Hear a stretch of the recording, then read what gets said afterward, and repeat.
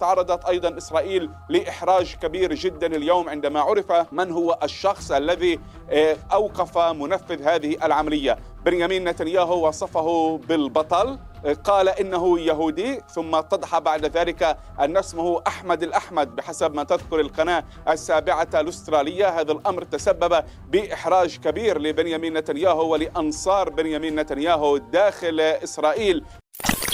لا نستغرب أن نتنياهو ودولته هم من دبروا لهجوم أستراليا، خاصة بعدما انهارت سرديتهم في العالم على أنهم مظلومين. نتنياهو هاجم مباشرة بعد الهجوم رئيس الوزراء الأسترالي بسبب مواقفه المساندة للقضية الفلسطينية، وبدأ بتوظيفه السياسي، لكن ما لم يخطط له هو تدخل البطل المسلم السوري أحمد الفاتح أحمدي، الذي أصبح بطلا عالمي بسبب شجاعته وتدخله الذي أنقذ عديد الأرواح. يعني الله عز وجل أفسد كل مخططاتهم. أحمد الأحمدي ليس بطلا فقط لأنه أنقذ اليهود في أستراليا، لكن لأنه أنقذ أيضا صورة المسلمين في العالم، حيث كانت الماكينة الإعلامية الغربية تتأهب لحملة تشويه ضخمة ضد المسلمين بسبب هذا الهجوم.